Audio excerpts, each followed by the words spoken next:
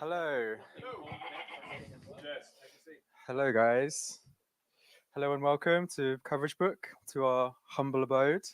Um, Very excited to be starting up these meetups. I wasn't here when they were previously going on. Believe it was before COVID, I think. But yeah, it'd be great to get the ball rolling for sure. Thank you everyone for coming today. Andy unfortunately can't make it due to parenting scheduling conflicts, unfortunately, but he wishes that he was here. And I'm sure he will be coming to the meetups that follow. Um, so yeah, welcome. I think I'm going to pass you over. Oh, let's see what the next slide is. Welcome to Brighton Ruby. Yeah, sure. Okay. So I'm going to be talking for so we're going to do an introduction to Brighton Ruby, Silicon Brighton. I'm going to be talking for a little bit after that, and then we've just ordered some pizzas that are on their way. So yes, munching a bit of pizza as well at some point. What is the next? So we are recording this. There's a live stream going on. Very scary, but um, cool. And then I'll pass you over. Nice one. Thank you. Hey guys, how's it going? Yeah, so if you're not familiar with me, this is my first one I'm doing. So my name's Cameron. I work for Silicon Brighton now. I've just replaced Charlie. If you remember, anyone remember Charlie? We've got one hand, sweet. And Silicon Brighton are the hosts of Brighton and Host Tech Sector. Let's see what that's what it is. Here's a list of all of our meetup groups, which now I can proudly say do include Brighton Ruby again after a 4-year hiatus. If that 4 and a bit, yeah, woo, little woo. Uh, and we just want to say thank you to all the supporters that help us do what we do. Like, we're very community based and community funded, so it's a massive help to everyone that's involved. Again, another thank you specifically to our supporters and sponsors. And just a final one, we do need additional people. If anyone is thinking, oh, I could be a meetup organizer, that you are exactly who we want to talk to. I'm going to be starting a little Cam's AV club. So where if anyone is looking at all these cameras and thinking, oh yeah, I'd like to know a little bit more about that, a bit more about the streaming side of what we do, then 100% come chat to me at the end. Or if you feel that of any of these roles you'd like to jump in on, give me a shout. We've got how many values? I thought it was 6, but it appears it's 5 values. It's really important that we as a business do uphold these values that are really important to us. If you see anything that we do, like activity or as people, that break any of these values, it's important to come and have a chat with us if you feel comfortable and just let us know, because essentially this is what is our dearest thing that we want to hold on to and make sure that we're upholding. Follow us on socials, all the usual suspects. Got all of them? Yeah, that feels good to me. And then if you want to join the Slack community, we've got QR codes available. If anyone wants to put that, anyone, or we'll just do that in our own time. And I think I've skipped that. No, I haven't. There's that one. So yeah, we've got some upcoming events in Brighton AI, Async, Breaking Breadboards, and PHP Sussex. So it's not just coding based stuff that we do. We do a little bit on hardware as well, because it's all about how all the tools integrate in digital tech. Scanning, this is the QR code I was expecting before. So yeah, if you want to keep up to date with any of the activities that we're doing or anything like the Slack channels, you can jump on this stream as well. We'll share the slides afterwards. And then you can join the meetup page for Brighton Ruby specifically, which I imagine is going to get even more active now that they've started doing events again. Back to you, Ollie. Thank you very much. Thank you. Right, let's get started. So yeah, I realized I didn't introduce myself. My name is Ollie. I'm a software engineer at CoverageBook. I've been programming for 2 years after attending Llewellyn in London, which is a 9-week boot. More Llewellyn people? Woo! Love it, love it. We can bitch about it later. I can't wait. So today I'm going to be talking about Rails sessions. Just out of interest, so everybody here use Rails programmers, developers? Who uses Devise for authentication? Cool. So everybody knows how terrible it is to work with. That's pretty much what triggered this for me. I was working on a project last year where we were aiming to prevent users from sharing logins. Just really briefly, it involved setting a unique token on the user record and in the session. And if those two tokens didn't match up, we would boot the user essentially. So that sort of got me, because I didn't know what sessions were before, but it got me interested in sort of how they work behind the scenes, and required me to do a little bit of digging to sort of understand what was going on. Cool. I'm going to try to use an example here to illustrate what I'm talking about. So I'm going to be using the Campfire code base. Campfire is a 37 signals product.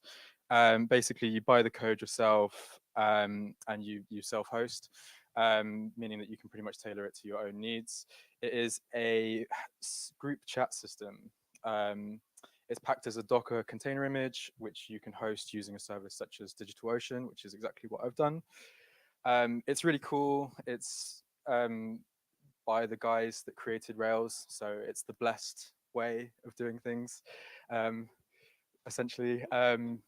So it's interesting to flick through, and I would definitely recommend taking a look. But to understand sessions, I'm going to start from the beginning, which is with cookies. By the way, this is super beginner friendly, so it might be very basic to start off with. Great, it's cool. So what is a cookie? So when we hit a server with a page request, part of the request includes headers, which are used to send information about the request. Inside the headers, we store a cookie, which is a small piece of data, which is sent from the browser to the server and vice versa. The most common use case is to tell if two requests have come from the same browser. Why do we do this? Because HTTP protocol is stateless, meaning that each request from the client to the server is unrelated to previous and subsequent requests. What is a request? So it is the data sent from the client to the server when a user makes a request to access a resource. The key components are the methods, the path, the headers, the parameters, and of course, the cookies. So this is very basic. So the browser sends the request, which is processed by the server. Server sends the response with a cookie back inside the set cookie header. And then the browser stores that cookie for all subsequent requests, each time sending it back to the server in the cookie header. So what is a session? A session is a mechanism that's used to track and manage the state of interactions between a user and a web application over a period of time. Web frameworks such as Rails have built-in tools to help with session management, so that we can work with sessions in our controllers and views, also providing security measures that are built in to prevent tampering from malicious users. So what does a session look like in Rails? The session object, as I'm sure many have seen before, it looks like a JSON object, basically a Ruby hash containing key value pairs. The ID is a randomly generated 32-character identifier, which allows the server to associate requests from the same user with the correct session data. The CSRF token, that is a security measure to prevent cross-site request forgery. I won't go into that too much here, but it uses the session to verify that the user sending the request is from a verified source.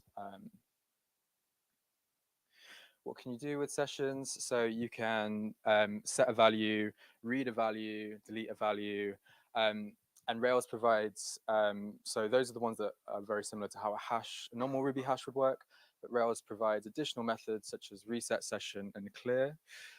Reset session will clear the whole session, including the session ID, essentially restarting it, but clear will clear the rest of the session apart from the session ID.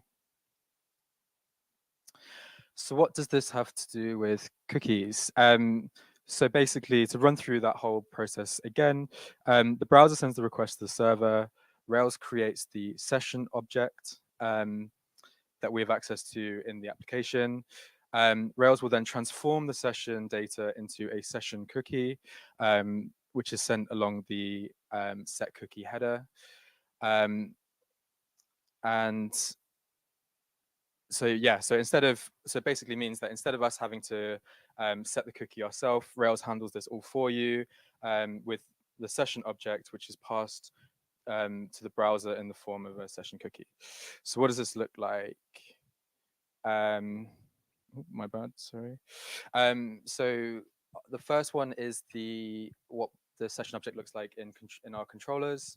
There's the decrypted version of the data that we have to work with.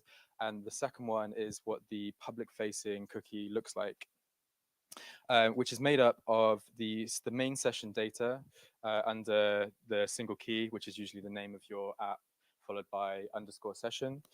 And then there's also a couple of attributes that you can add to this. We've got HTTP only, same site lags there, security measures that I won't go into, but they prevent a range of different attacks and sort of tampering, that kind of thing. Cool. So I'm going to talk a little bit about session data security. So session data is signed and it's encrypted. This is handled by Rails. Both of these methods serialize the data beforehand, converting the session into a format which can be stored in a cookie. When the session cookie is sent back to the server in subsequent requests, the data is deserialized, verified, and decrypted back into the JSON object that we can work with in the app. So basically, you can do this manually if you wanted to. I took a lot of digging through Stack Overflow to find this. So I'm going to try and demonstrate it if possible. This is the risky live code portion of the demo. So if I copy this,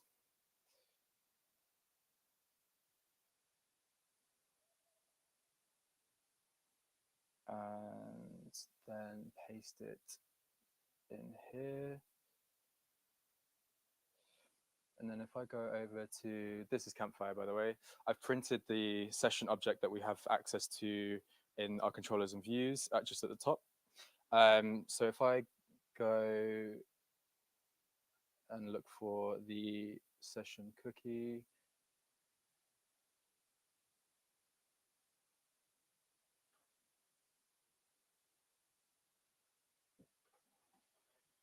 and then this is weird doing it from that screen. Copy the encrypted string. And then if I go back over to here and I say data, oops, down.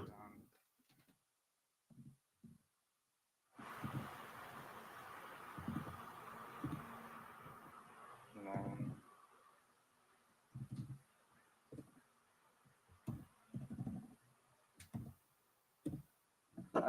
so yeah, way, it worked, amazing. So then we have the decrypted session data from that. So that's basically a very short demo of what Rails does behind the scenes. Cool.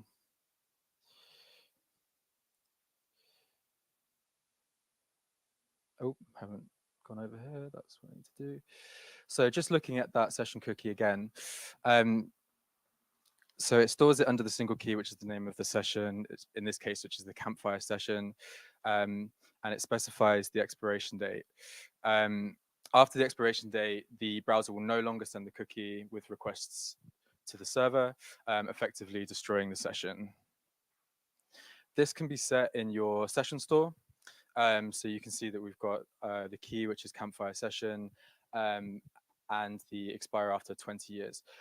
Campfire does this because they want to make session cookies permanent, meaning that they can maintain the CSRF token without having to regenerate it. So now that we understand, now that we've looked at this, what the session cookie looks like, in order to understand the way that the cookie store works, I'm going to have to dive a little bit deeper into the world of middleware and Rack. So Rack provides the common protocol that different web servers use to talk to each other without having to worry about the internals of each. Rack sits in the middle and unifies the API between the web server and the web framework. Unlike it would look in this diagram, rack is a protocol and not an actual thing that sits in between the two. It's an understanding of how each speak to each other, and every Rails application is a rack application or a rack compatible application. So at its most basic, this is what a rack app looks like. It has a call method. It has an env object representing the HTTP request, essentially a hash, and it returns an array containing 3 values, which is the status code, the headers, and the response. Because the interface of Rack is so simple, we can build smaller focused applications which work together and sit between the Rails app and the server. For example, you might use Puma. These mini apps are called middleware. In this example, we have middleware that would be used for logging and authentication. So the way that this works is that the env object is passed between each mini app in the pipeline. Each middleware app does something to the env object and then passes it to the next.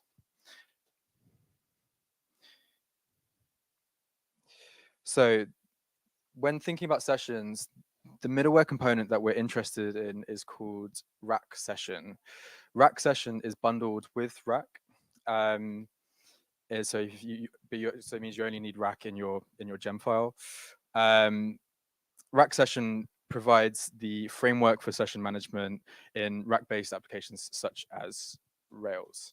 So the rack session abstract persisted class is the piece of middleware that handles this framework for handling session persistence in a rack-based app. So the way that it works is the request comes in.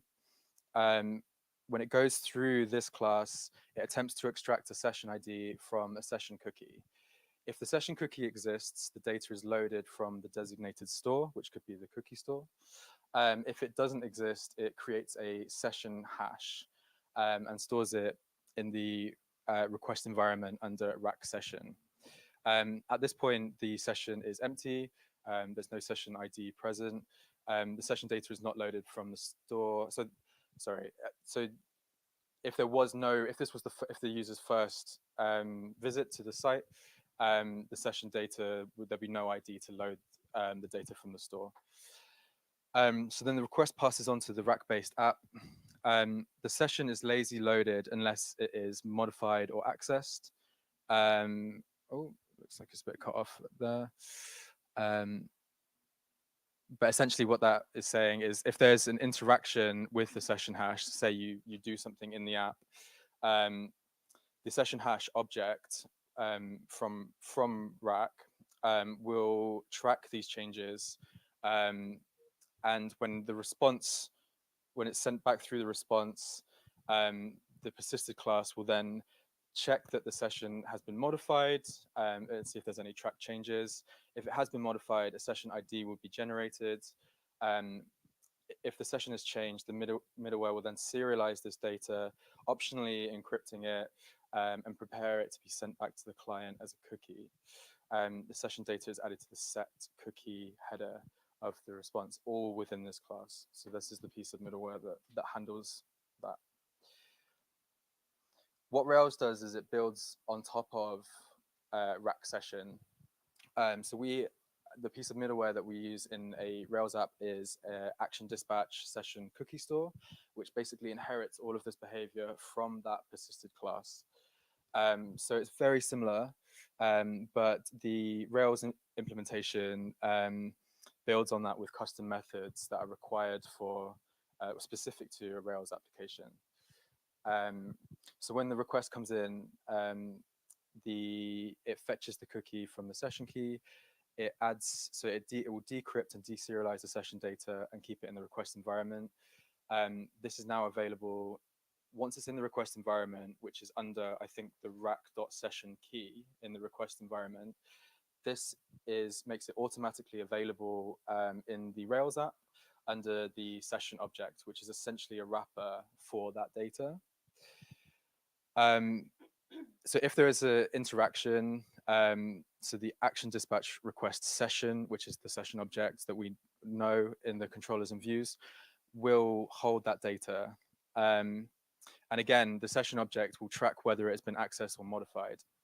So if you add a key, anything like that, if you delete it, if you clear the session, once it once it's finished in the application and it passes through to the response, again, it will check the session. The cookie store will check if the session was modified. If it has been updated, it will save the session data back into the storage mechanism.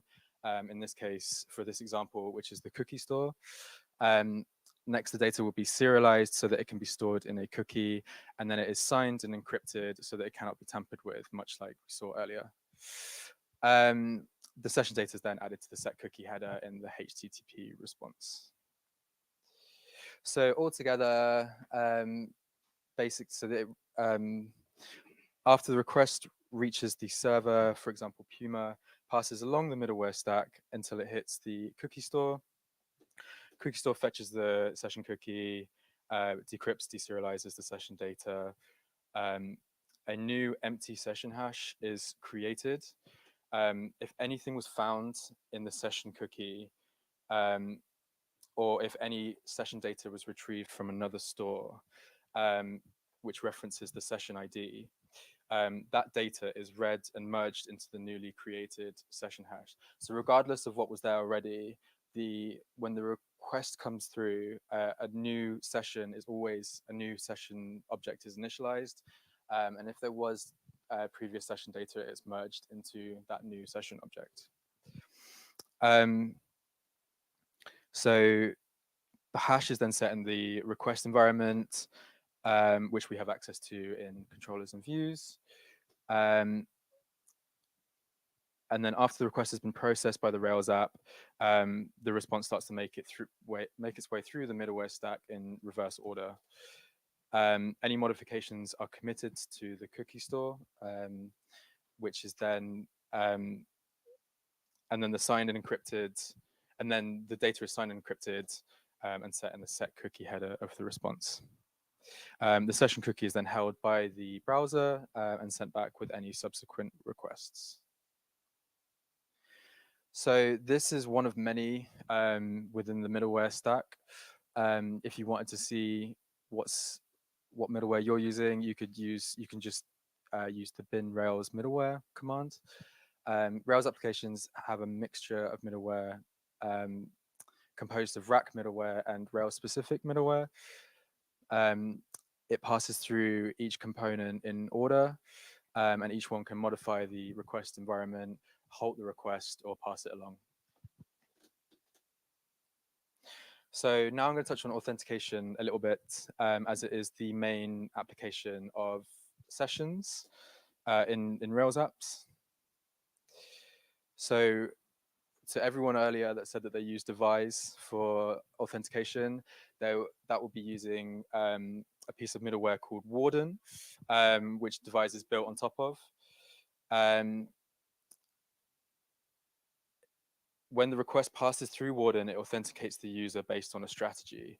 The most common is database authentication, so username and password. If the username and password are a match, Warden will send the user through the rack environment, which gets added to our session object. When a successful response reaches the browser, the user is then signed in. So, for example, this is the decrypted session that we have access to in the application. So this is if this is actually in CoverageBook. If a user has signed in or been authenticated successfully, we can see that there's two key value pairs. The first contains information related to the user's session managed by Warden, storing the timestamp of the user's last request. And the second is a key value pair that is used by Warden to uniquely identify the user with the user ID and a secret key. Next time the user sends a request, Warden can see that they're authenticated, and they can send the response back as expected. On the other hand, if the username and passwords are not a match, the authentication process is halted, um, and the request is marked as unauthenticated. Warden will then call a component called the failure application, which is basically a handler which is invoked when authentication fails. The failure app determines how to respond to the failure. It's like, where to redirect to, what error message to show. In this example, so we use the device timeoutable module. So when a user session expires, the failure app will be invoked, sending the user back to the sign-in page with a descriptive error message. So Campfire does this a little bit differently. Basically, much better than Devise, much less horrible to work with, far less insane abstraction, and just overall how I want authentication to look like. um, so Campfire doesn't use middleware. Its authentication logic is neatly packed into a single authentication concern, with the exception of a couple of methods that are used for view logic. This is included in the application controller. So let's take a look. So for the sessions controller, create methods, we can see that for authentication, Campfire uses the authenticate by method, which was introduced in Rails 7. Authenticate by makes authentication really simple by providing a secure way to authenticate users using multiple fields, for example, email address and password. It performs the lookup of the user and securely compares the credentials to those stored in the database. So once a user is authenticated, a new session is started. The start method creates a new session record in the database, setting the user agent and the IP address as attributes. So the has secure token in the session model generates a secure token for the session record if one does not exist already. The authenticated as method uses the Rails signed cookie feature to store that token under the session token key in the cookie, which means that it can be retrieved in subsequent requests to find the session data in the database and resume the session for the user. The cookie is set for 20 years to ensure that the user stays logged in unless they signed out themselves. So this is an example of what a session database record might look like. I think it's interesting the way that Campfire uses a mixture of the cookie store and database backed sessions. I think when you back your session data in the database, it provides additional server-side control, as well as the long-term storage of session data in case you needed it. So that sort of brings us nicely onto session storage. There's a few different ways that you can do this. The default for every Rails app is the cookie store. We use the cookie store. We store, at CoverageBook, we store all session-related data in the cookie store, so in the session object itself. But you can also use the active record store or the cache store, which instead of storing all the data about the session in the session object, you are simply just storing a reference to that data inside the cookie, which can be looked up by the database. So the cookie store, a couple of pros and cons. Pros, it's super lightweight, doesn't require any additional setup. It's the default. There are, as we saw earlier, it's signed and encrypted, so there's security tools that are built in, and it's synced with the browser life cycle, meaning that there's no extra cleaning up of sessions to do when a user finishes what they're doing and then closes the window. Often this will finish the session. The cons of this, although I don't know if it is really a con, it can only store 4 kilobytes of data, but usually this is enough. For reference, I asked ChatGPT what 4 kilobytes of data looks like. That is about, it could be a text document or a memo that might consist of about 800 to 1,000 words. Or or for simple text-based languages like Ruby, Python, or JavaScript, this could be around 300 to 500 lines of code. There's also the active record store, which you can use, which keeps keeps your session data available in case you needed it. It gives more power to you, basically, to revoke sessions or keep sessions going if you wanted to sign people out if you wanted to. The size is only limited by the database. Um, it's taking more out of the cookie, which, even though the cookie store has these tools to ensure security, ultimately the most secure store is probably your database. Um, the only issues with this is that it requires a lot of additional setup. It requires cleaning up the sessions which need to be pruned. And you may have capacity issues as the session data grows. So again, you just need to figure out a way to manage that.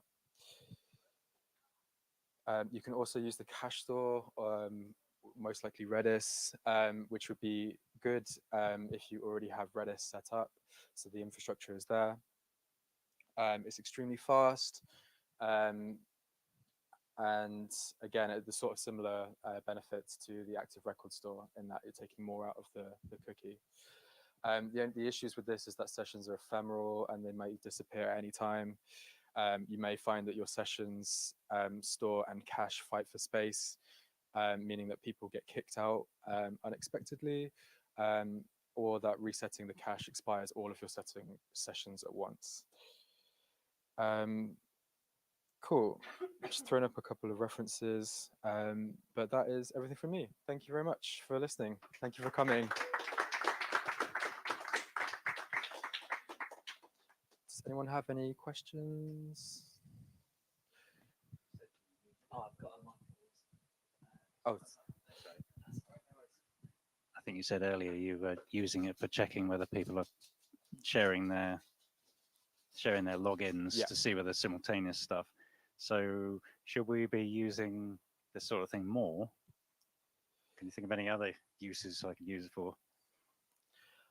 I think the session is useful for understanding user behavior, which is quite helpful. Right. We have in our app, for new users, we have these popovers that explain sort of the UI for someone that's just entered the app.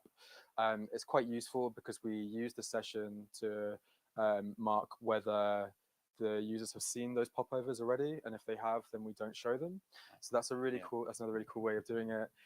It's just a great way to store information between requests, essentially. So if you have anything that you need to store like that. Yeah. So could we do something like roles and permissions or things like that? Because it saves you looking it up in the database for a user and applying it, or yeah, I haven't seen an implementation of that before. I can't think why you wouldn't. The only thing I would say about that is, just in case for any reason the session got cleared or destroyed or anything like that, you'd maybe lose that data potentially if you're keeping it in the session. But yeah, I can't see why not. I guess I might be like a lot of users where you just put devise in at the beginning, and basically I don't want to mess with that because it's so core to your system. Yeah, it's the logging in, and I don't want to be mucking around with that.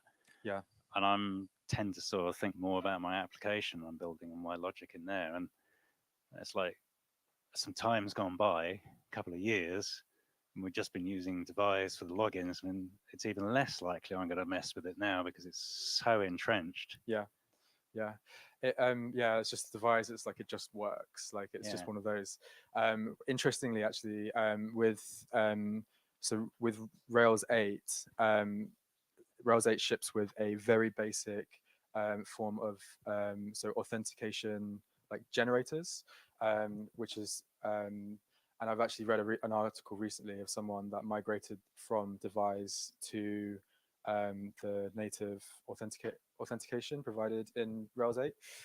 So I think it's been an issue that's been ignored for a long time, but the guys at 37 Signals and Rails are starting to have put in a system so that people don't have to rely upon Devise as much as they do, because it's horrible to work with.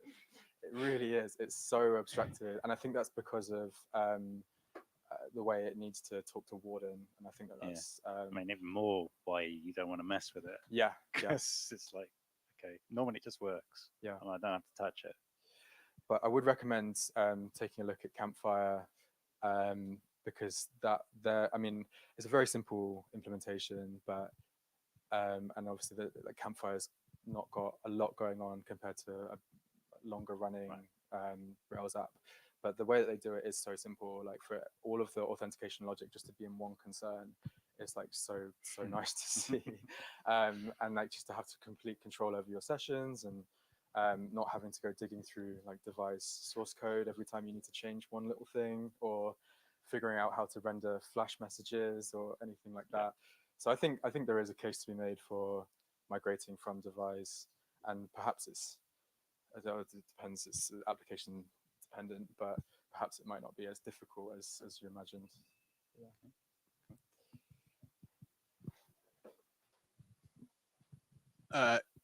Yeah, I guess just a bit of from in the trenches stuff that we've done recently with the cookie store stuff. We've just ripped out cookie store from the application because every time we have an external pen test, they flag that as a medium level risk. So critical, high, medium, they put that as a medium level risk, which is something that they say we need to mitigate within 90 days. Because when you sign out of your session as a browse on the browser, your cookie is still valid. So if somebody had that cookie and you've signed out, they can still use that cookie for as long as that cookie is valid. Okay. So obviously the penetration company, they don't use their browser, so they just do one request, grab the cookie, sign out the session, and they use the cookie in automated requests from that point onwards and say, we can still get into the application even though the user thinks they've signed out. Right. Wow. Okay. So that's why they have sort of forced us to move from that to the database store. So when someone signs out, the cookie's still valid, but the database session behind it doesn't exist. So they try and reuse it, and they don't get anywhere. I think it is. We looked at that as well. We got a similar recommendation from Crunchy Bridge, I think, basically saying that, and it's true, I think that session data is the most secure in the database. There's a brilliant implementation of database, storing your session data in the database by a company called Orbit, where they explained exactly how they like prune, because there's a fair bit of, I think there's a bit of management and work that you have to do to make it work for your specific use case. But they had all the they listed out everything they do to make sure that session data doesn't fill up too quickly, if they need to revoke sessions, anything like that. So I would recommend that if you're interested or anything like that. But that, how did you find that as ripping out the cookie store? Was it difficult? I think Harriet did it. I was going to say, are you going to answer? I mean, it wasn't a major. I'm sorry. It didn't feel massively painful. Okay, nice. I don't know whether you remember anything different, but yeah, it felt fine. But yeah, I think having them database side made a lot of sense for us, and it feels like a good move. Nice. Did you have to? It was like a 1 week dev task. Oh, really? Yeah. Nice. Yeah, about a week. Okay, cool. Did you have to put a lot of measures in place to ensure that the sessions weren't stacking up in the database, or was it? Yeah, I think there's like pruning in place for it. Again, I don't remember it being massively difficult. It was just kind of like a check as to how long they've been there, and then if they had gone beyond that point, they just get wiped out. Nice. Okay, cool. Yeah, all pretty good. Unless unless it explodes tomorrow, and then I will be eating my hat. But yeah, nice. Oh, cool. Does anyone have any more questions? Hey, yeah, I'm kind of interested in Campfire, really. This isn't entirely about what you're talking about. It's really interesting. Two things. Firstly, do you guys use it? Have you replaced Slack with it, assuming you were using it before? And is it good? And secondly, Is there anything to stop people just copying the code and emailing it around between each other? I guess in the same way you buy an ebook for $50 and there's nothing really to stop you sharing it around. But it's just the idea of it's complete upturns the kind of SaaS business model. They just send you the code and charge you 300 quid for it. Yeah, definitely. I don't know about the licensing or anything like that. I don't know what legal trouble you could get into. Right. I doubt it. I mean, I think one of the biggest things about Campfire is that it comes from DHH. It comes from 37 Signals. It's like it's there as much as it is a great tool. It's a great learning resource as much as anything. So I imagine you could probably send it around. Right. Yeah, literally. Yeah, I'm sure you could send it around. Like no issues. There's a bit of cost involved if you want to like have a poke around. Like I like to just like debug it a little bit. So the hosting costs, I don't know, like $10 a month or something like that. It's really not much at all. We're only using it as a educational resource, so we don't use it for its actual design purpose. Interesting. We use Basecamp for everything, basically. Yeah. Sweet. Nice one.